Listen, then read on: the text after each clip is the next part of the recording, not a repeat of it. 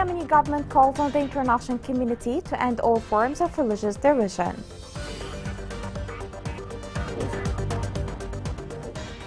The United States offers cash rewards to curb smuggled Iranian arms to the Houthis.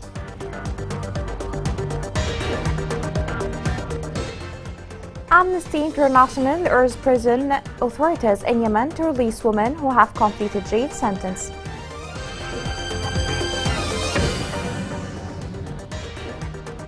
Welcome to Yemen Today TV. This is the English news with me, Roshan Fuad.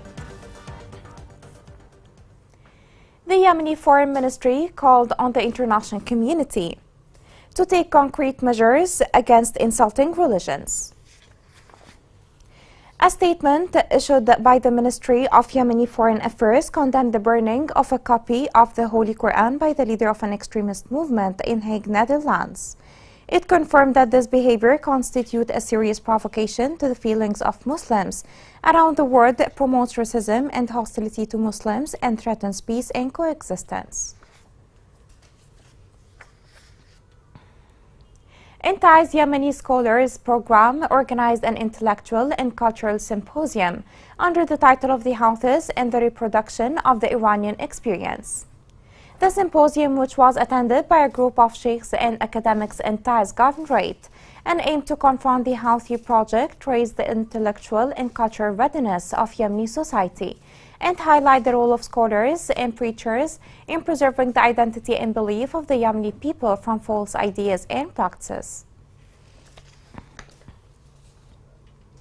A human rights documented thousands of violations committed by the Iran-backed Houthi militia in Hajj Governorate. It documented the direct killing of 164 civilians by the Houthi militia, 131 civilians by indiscriminate shelling, and 34 civilians due to mines and explosive devices.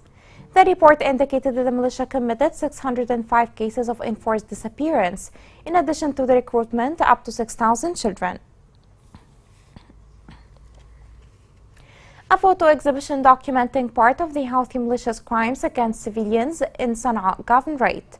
The exhibition was held in Ma'rib Governorate and demanded that the perpetrators be prosecuted. Crimes and violations against Yemenis were documented in a gallery in one of the streets of the city of Ma'rib, highlighting the reality of Sana'a, which turned into a forest of thieves, cemeteries and prisons during the time of Houthis, and began to bulldoze everything related to man, civilization and the Yemeni identity and all manifestations of life and beauty, when once the city was considered the destination to many Yemenis as well as tourists. It committed the most dreadful crimes against its residents and has been for 8 years without the slightest deterrent. And these pictures are only a small part to remind the world of the extent of the crimes and terrorism of the Houthis against the Yemenis. This gallery reveals the truth about the crimes of the Houthis in Sana'a at a time when a transitional crisis is being negotiated.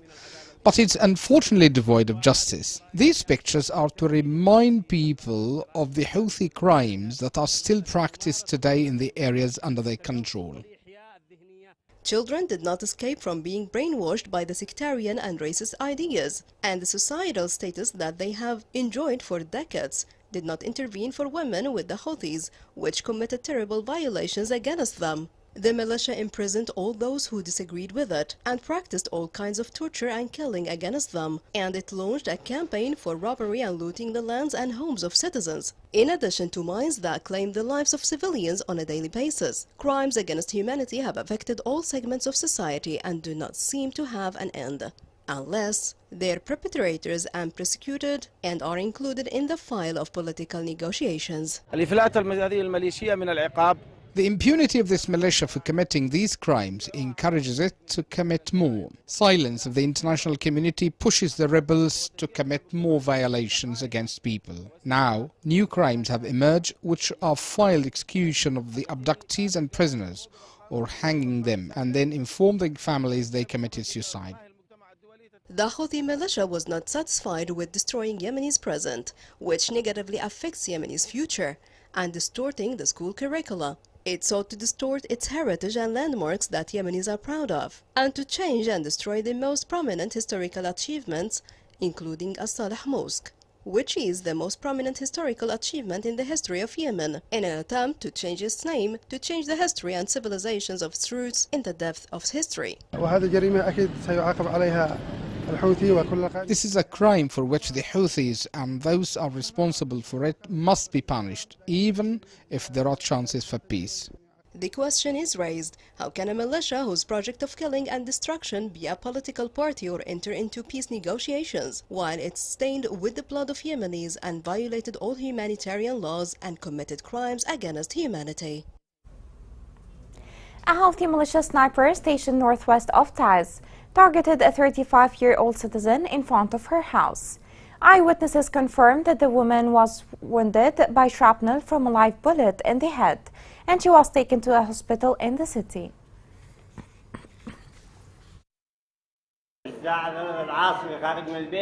At 3 o'clock afternoon, when I was in front of my house, there was a Houthi sniper stationed at the air defense military base. A neighbor told me to stay out, and the sniper hit her in the head.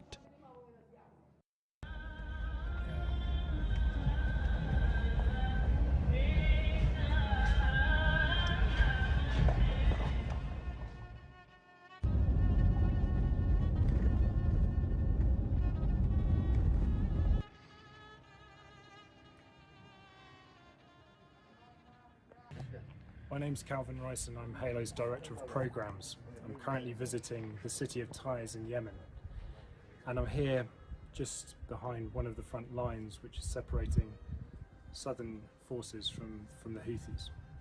The front line is literally about 250 meters from me on that hill. I've come to this area just to see how people are being affected by the conflict that has happened here over the last many years. And very sadly, what we're seeing is a place which has been very heavily damaged, but where fighting continues. The United States allocated large financial reward for those who provide information about the financial networks of the Iranian Revolutionary Guard. The move comes following the escalation of arms smuggling to the Houthis. In a statement posted by the U.S. State Department's Rewards for Justice account, it offered a reward of up to $50 million for information on the Revolutionary Guard's financial networks. The United States of America has allocated a large financial reward for those who provide information about the financial networks of the Iranian Revolution Guard, following the escalation of arms smuggling to the Houthis. This came in a statement by the U.S. State Department's Rewards for Justice account.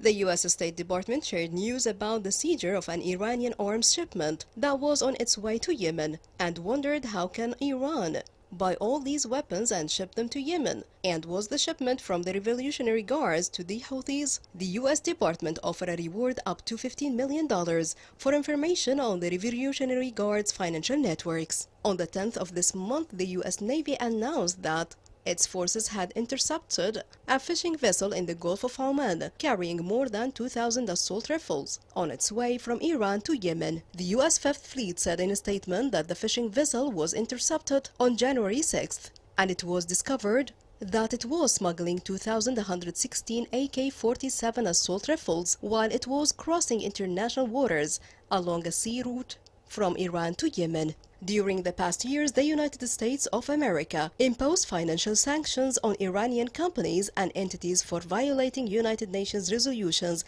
and smuggling weapons to the Houthis. Western nations and the United Nations experts repeatedly have accused Iran of smuggling illicit weapons and technology into Yemen over the years, fueling the civil war and enabling the Houthis to fire missiles and drones, while Iran denies arming the Houthis despite evidence to the contrary. The joint forces managed to put out Houthi fire in Hodeidah. It also put targeted movements of the Houthi militia in the coastal areas of Tuhaita district. The joint forces stressed that the units stationed in the contact lines responded to Houthi fire sources, with focused strikes which caused heavy material and human losses among its members.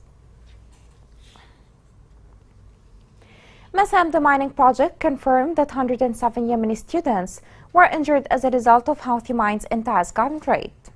They added that these mines caused complete paralysis in schools in addition to the displacement of the educational staff to other governorates.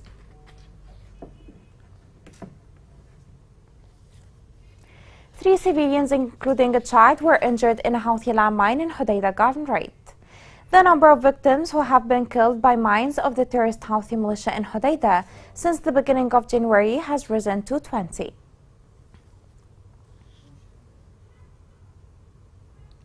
Amnesty International called upon the Houthi to release women who have completed their prison sentences but are still arbitrarily detained. The following report has more details. According to Amnesty International, the warring parties must release women who have served their prison sentences but are still detained because there is no male guardian to whom they can be released. The prison authorities in Yemen do not release the women in jail even if they finish their sentences, if they do not have a male guardian to release them. This practice is against the Yemen's criminal code, the constitution, and international human rights law obligations. In addition, the Houthis must be held accountable for the deprivation of liberty and all forms of gender-based discrimination they apply on women.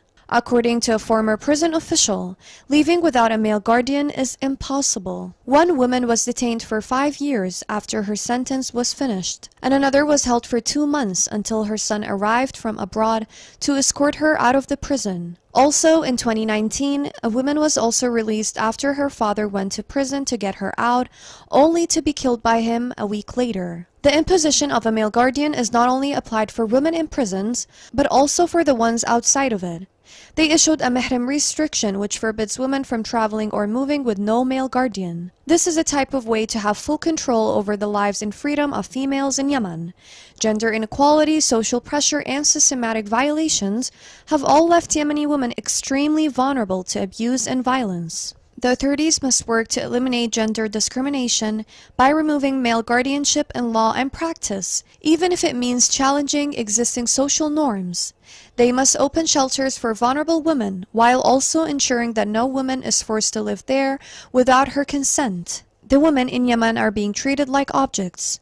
They are forced to live life according to the Houthi rebels' systematic ideology. Yemeni women need urgent help from the international community, not only to work, seek health care, and to give or receive humanitarian aid, but also to just live in peace.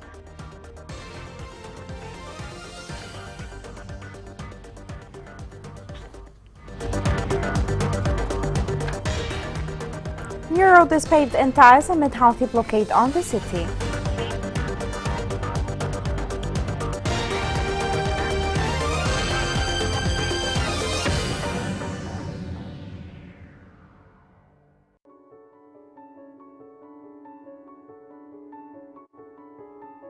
ننشر ندي ماء من الغيل والغيل بعيد، كنا ندي بالدواب نعبي ماء ورجعنا.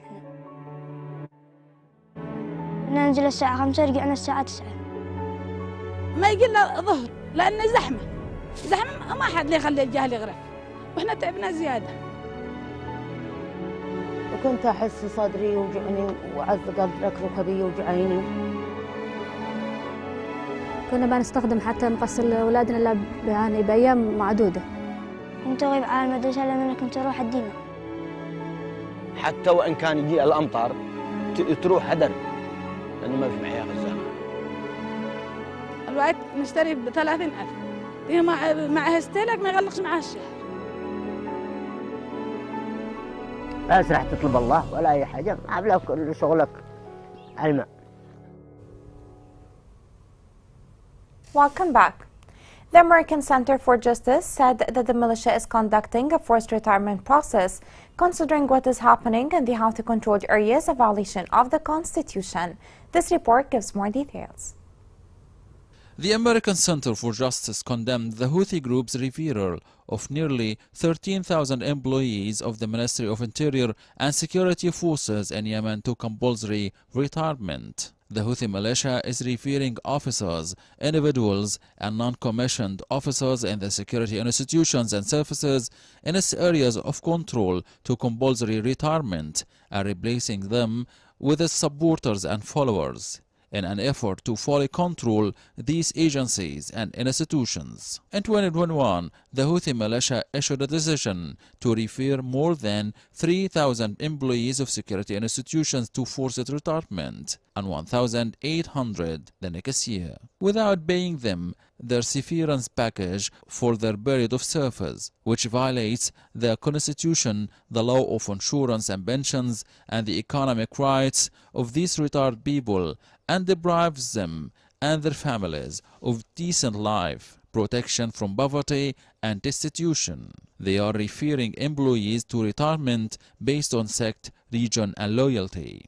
Loyalty to the Houthi group is tested through what is known as cultural courses, which are camps to provide lectures and intellectual lessons based on the doctrine. According to the center's information, those who replace the forcibly retired individuals are chosen according to the same methods of sectarian and regional discrimination and loyalty. The American Center for Justice believes that the process of referring employees of the Ministry of Interior and Security institutions to retirement, which takes place in this collective manner, is outside the framework of law and the Constitution, and they aim to replace other individuals in their positions without going through the normal procedures in accordance with the applicable law and regulations for the advancement in public employment and equal opportunities.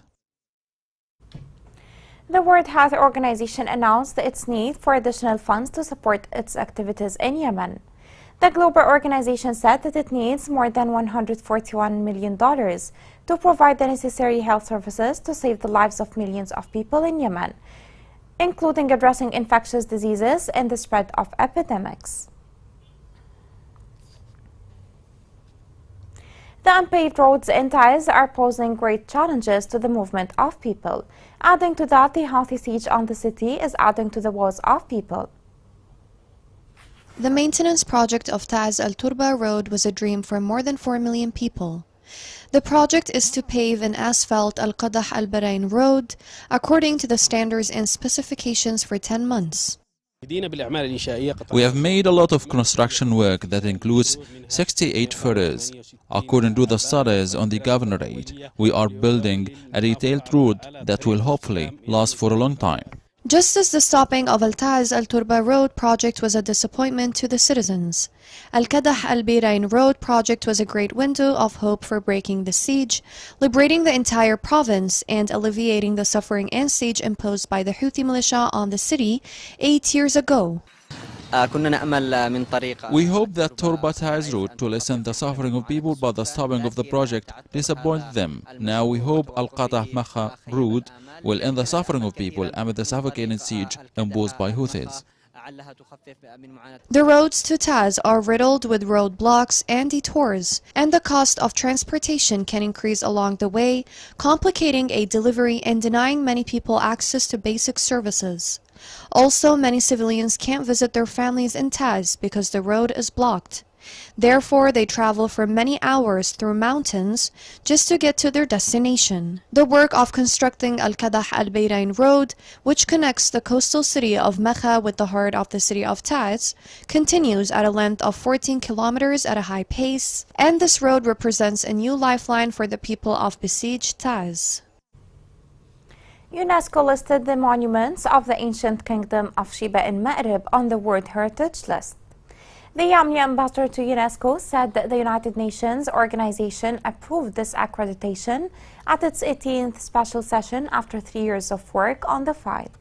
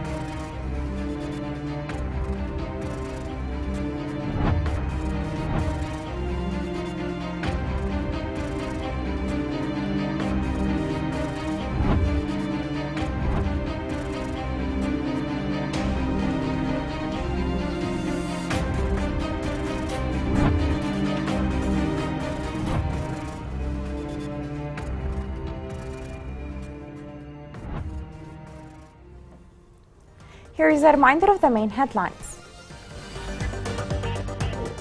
Yemeni government calls on the international community to end all forms of religious division.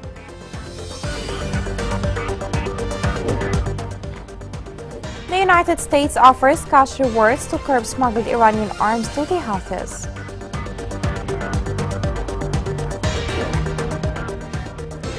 Amnesty International urged authorities in Yemen to release women who have completed jail sentences.